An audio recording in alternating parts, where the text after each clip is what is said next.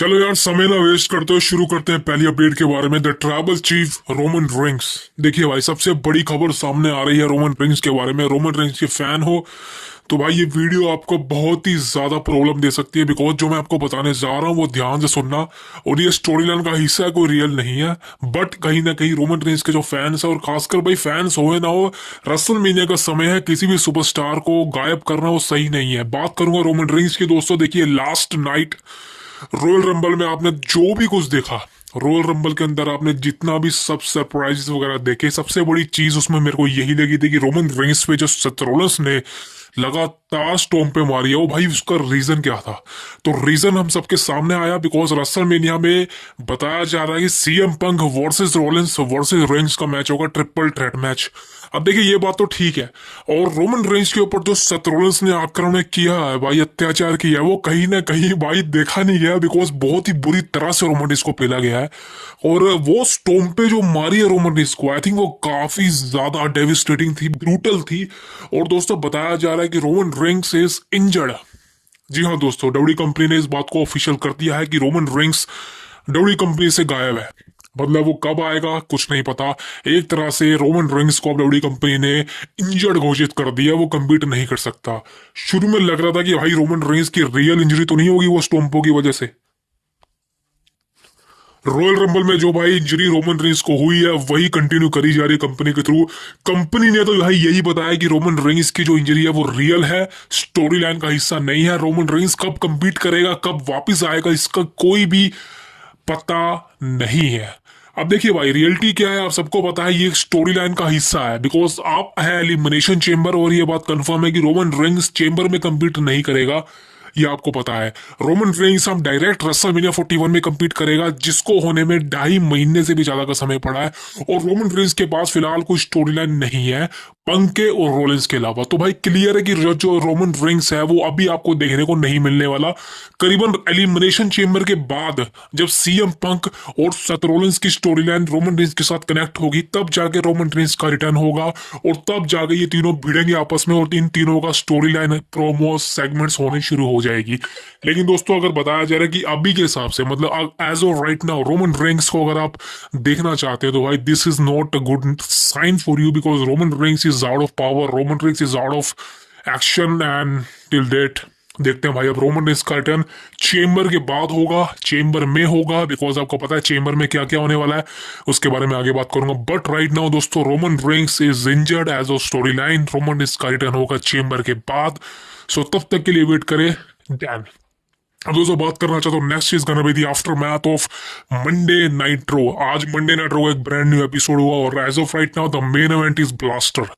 पहले तो भाई देख के लगा ही नहीं ऐसा हो सकता है, सीएम पंक मंडे नाइट रो पे कम्पीट कर रहा है। भाई मैं आपको आपको सिर्फ एक ही बात कहना चाहता हूँ, भाई भाई खुशकिस्मत हो आप लोग, मैं भी कहूँ कि सीएम पंक को आप रो पर एक्शन करते देखना चाहते हो। भाई इससे बड़ी चीज अब कब लोगे भाई। अब तो मान जाओ कि डब्ल्यू कंपनी बड़ी चीजें कर रही है नेटफ्लिक्स पर जाने के बाद। सीएम पंक का मैच आप रो पे देख रहे हो भाई, सबसे बड़ी बात तो यह, वो भी सैमी ज़ेन के अगेंस्ट। सोचो भाई क्या समझ लो भाई।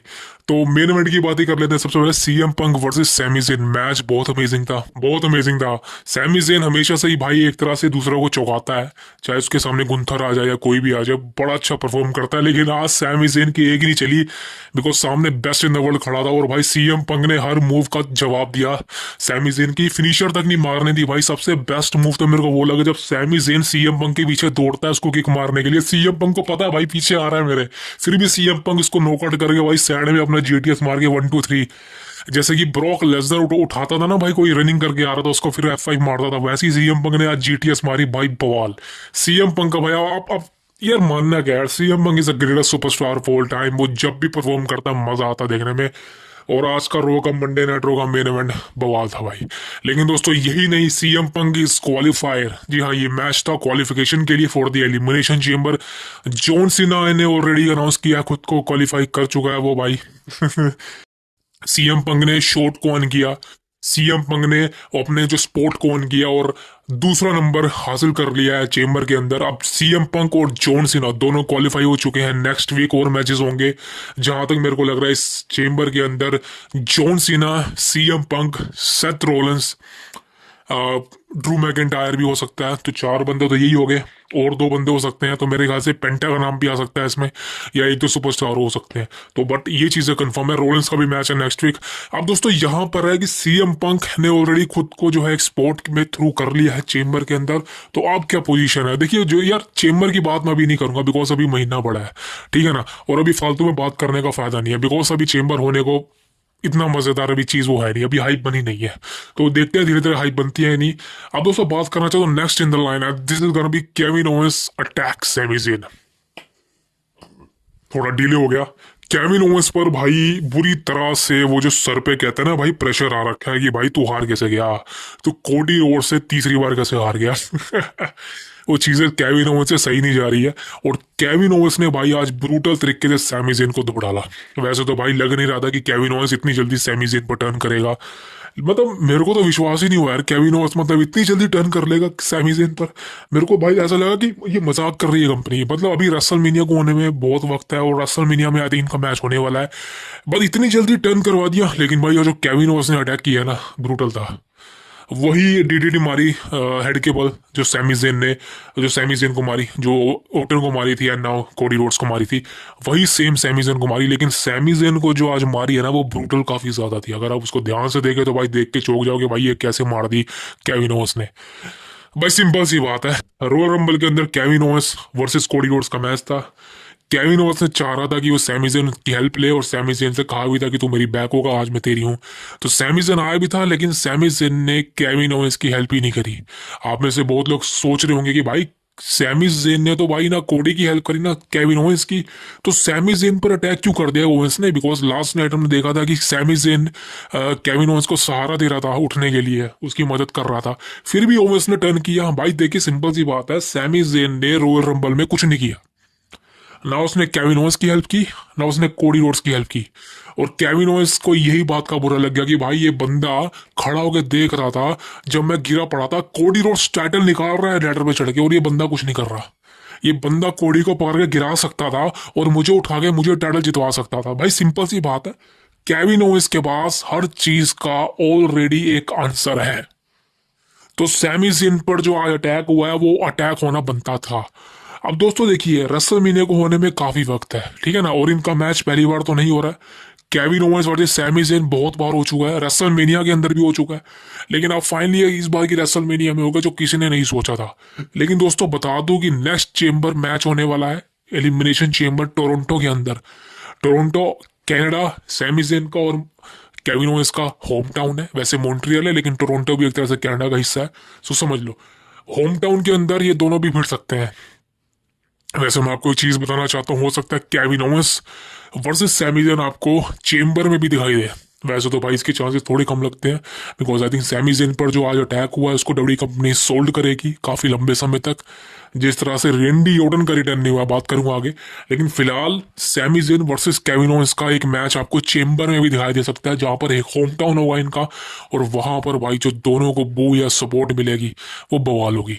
वैसे चेम्बर के अंदर इनका मैच हो सकता है एंड देन रेसलमेनिया 41 के अंदर का मैच हो सकता है, बट भाई फाइनली आज केविन ओवेंस ने टर्न कर लिया है। क्लियर सी बात है, अब सैमी ज़ेन के अगेंस्ट स्टोरी लाइन चलने वाली है। अब देखते हैं भाई कौन जीतता है इसमें, कौन हारता है। बट सैमी ज़ेन के पॉइंट रियल है भाई, सैमी ज़ेन ने जितना भी अटैक किया है, सैमी ज़ेन ने जिन पर भी अटैक किया है केविन ओवेंस के थ्रू, जो भी कुछ हुआ है भाई, इनकी भी स्टोरी लाइन इतनी कंफ्यूजन हो रखी है ना बिकॉज केविन ओवेंस बहुत लोगों पे अटैक कर चुका है, ओटन पे, कोडी रोड्स पे एंड नाउ क्लियर सी बात है सैमी ज़ेन पर। अब देखते हैं भाई रेसलमेनिया 41 के अंदर इनका मैच तो कंफर्म है, बट क्या टोरंटो के अंदर भी इनका मैच होता है या फिर नहीं, that is the biggest thing. Next is gonna be the viper Randy Orton. अब देखिए भाई मेरी बात सुनिए, रेंडी ओटन कब से गायब है? किसी ने दिमाग लगाया? रेंडी ओटन गायब है क्राउन जूल के बाद से। क्राउन जूल के बाद से फेक केविन ओवेंस ने एक फेक डीडीटी मारी थी, पाइल ड्राइवर मारा था जो फेक था पूरी तरह से। एक फेक मूव को रेंडी ओटन ने बहुत ही अच्छी तरह से सेल आउट किया था, hats off to him. But कितने समय के लिए? 10 दिन, 15 दिन, 20 दिन रिटर्न करवा देते भाई। 5 महीने हो चुके हैं उस बात को, अभी तक रेंडी ओटन का अता पता नहीं है। ना रेंडी ओटन को इंजरी घोषित करी है रियल, ना उसको बैक इंजरी है। तो भाई ओटन क्या कर रहा है? ओटन के लिए ना रॉयल रंबल में प्लान थे, ना ओटन रॉयल रंबल में आया, ना आप पता चल रहा है ओटन आएगा। तो भाई ओटन आएगा कब? रेंडी ओटन का मैच किसके अगेंस्ट होगा रेसलमेनिया में? बिकॉज केविन ओवेंस का मैच तो कंफर्म है सैमी ज़ेन के अगेंस्ट होगा। तो ओटन का क्या होगा? समझ में आ रहा है कुछ मैं क्या बोल रहा हूँ भाई? खिचड़ी पकी हुई है, कुछ समझ नहीं आ रहा क्या हो रहा है, ट्रिपल एच क्या सोच रहा है। वैसे मैं ट्रिपल एच के बारे में बहुत ही जल्दी वीडियो लेके आने वाला हूँ और उसमें बताने वाला हूँ कि ये बंदा जो है डब्ल्यू कंपनी को रून कर रहा है पूरी तरह से। इसका जो माइंड है कुछ जगह काम कर जाता है, लेकिन आधी जगह पर इसका माइंड बिल्कुल काम नहीं करता। उस बारे में बहुत ही जल्दी वीडियो लेके आने वाला हूँ, so please wait and watch. लेकिन यहां पर बात हो रही है द वाइपर की, रेंडी ओटन की। इज अ मैसिव सुपरस्टार, लेकिन आप उसको शो से गायब रख रहे हैं, पीएलईस के बाद पीएलईस मिस करवा रहे हैं। That is not the good sign. अगर आपको कंपनी को बेहतरीन रन करना है, नेटफ्लिक्स पर कंपनी जा चुकी है, और अगर आज आप सीएम पंक वर्सेस सैमीजन का मैच मेन इवेंट में डाल रहे हैं, बिकॉज आपको पता है बड़ा सुपरस्टार सीएम पंक ही है, जिसकी वजह से नेटफ्लिक्स को थोड़ा प्रॉफिट हो सकता है। बिकॉज मैंने आपको ऑलरेडी बता दिया है नेटफ्लिक्स पर डब्ल्यू कंपनी के जाने के बाद प्रॉफिट नहीं हो रहा है। नेटफ्लिक्स ने जो सोचा था, जितनी व्यूअरशिप नेटफ्लिक्स को इसके बैठा था, वो उनको नहीं मिल रही है। और सीधी सी बात है, नेटफ्लिक्स की जो डील है वो 10 सालों की है, लेकिन 5 सालों की डील एक ऐसी डील होती है, 10 सालों के अंदर एक 5 साल का क्लोज होता है, जहां पर नेटफ्लिक्स को अगर लगता है कि डील काम नहीं कर रही है, फायदा नहीं हो रहा है, तो जो नेटफ्लिक्स है वो क्लियर कट बोल रहा हूं आपको, नेटफ्लिक्स ये डील को रद्द भी कर सकती है। यानी कि डब्ल्यू कंपनी के साथ जो नेटफ्लिक्स की डील है वो खत्म भी हो सकती है 5 सालों के अंदर, अगर नेटफ्लिक्स को डब्ल्यू कंपनी के अंदर फ्यूचर नहीं दिखता है। तो 10 सालों का तो कॉन्ट्रैक्ट है, लेकिन डील 5 सालों की है, 5 साल के बाद रिन्यू होगी वो। सो that is the biggest thing. अब मुझे नहीं पता रिन्यू होगी या नहीं होगी, नेटफ्लिक्स करेगा या नहीं, but the major thing is दोस्तों, यहाँ पर बात हो रही है द वाइपर की। कब रिटर्न होगा कुछ नहीं पता, रेसलमेनिया मिस तो नहीं करेगा भाई, कुछ नहीं कह सकते। WrestleMania 41 is just a small stack right now, do not believe that. अब यहां पर बात करना चाहता हूँ नेक्स्ट अपडेट के बारे में। It's gonna be W company in India, यानी कि वर्ल्ड रेसलिंग एंटरटेनमेंट का इंडिया में फ्यूचर क्या है। तो भाई देखिए, क्लियर बोलूं, क्लियर ऑलरेडी आपको पता है। 31 मार्च, ध्यान से सुन लो, 31 मार्च 2025 लास्ट डेट है इंडिया में डब्ल्यू कंपनी का सारा कंटेंट, सारे पीएलईस, रो, स्मैकडाउन, एनएक्सटी, जितना भी कुछ आता है, सारा कुछ 31 मार्च के पहले पहले मजे ले लो। बिकॉज 31 मार्च के बाद जैसे ही 1 अप्रैल चढ़ेगा, 1 अप्रैल को आप डब्ल्यू कंपनी का कोई भी कंटेंट इंडिया में नहीं देख पाओगे। अगर आपको इंडिया में देखना है तो आपको नेटफ्लिक्स को परचेज करना पड़ेगा। नेटफ्लिक्स की ऐप के ऊपर ही आप रो, स्मैकडाउन को लाइव देख सकते हो, और कहीं भी लाइव नहीं आएगा। समझ लो मेरी बात को। तो भाई क्लियर सी बात है, जो डब्ल्यू कंपनी की जो डील थी इंडिया में वो सोनी के साथ खत्म होने वाली है। 31 March is the last date. Netflix के बाद कंटिन्यू होएगी। नेटफ्लिक्स की एप्लीकेशन के बाद आप डब्ल्यू कंपनी का सारा कंटेंट एंजॉय कर सकते हो। अब आप मेरे को बताइए आप क्या सोचते हैं इस बारे में। देखिए यार, कोई डरने वाली बात तो है नहीं है, 200 रुपये की सब्सक्रिप्शन ले लो यार, कोई प्रॉब्लम नहीं है। सारा कंटेंट आपको डब्ल्यू कंपनी का देखने को मिलेगा, नेटफ्लिक्स की शोज भी इंजॉय करोगे। सो कोई बहुत बड़ी बात नहीं है। बिकॉज वैसे भी सोनी लिव पर साला इतने पैसा 300 रुपये देते ही थे मिलने का, और देखने को क्या मिलता था, चुंगी भर कुछ नहीं। कंटेंट उनके पास है नहीं, नेटफ्लिक्स तो बवाल है। So that is the biggest thing. So कोई प्रॉब्लम नहीं है, नेटफ्लिक्स पर चीज़ें आ रही हैं, लेकिन सोनी पर जा रही हैं। सो मुझे तो भाई कोई फर्क नहीं पड़ता। बिकॉज बात वो नहीं है कि मैं कंटेंट देखता हूँ, ऐसा कुछ नहीं है भाई। हमारे पास बड़े शॉर्टकट है चीज़ें देखने के। लेकिन बट द प्लान इज कि भाई सब लोगों के पास कंटेंट देखने का शॉर्टकट नहीं होता। कई लोग भाई इंडिया में आदत लगी हुई है उनको टीवी पर देखने की, मुझे भी आदत थी, लेकिन भाई क्या है ना यार, वक्त के साथ चीज़ें बदल जाती हैं।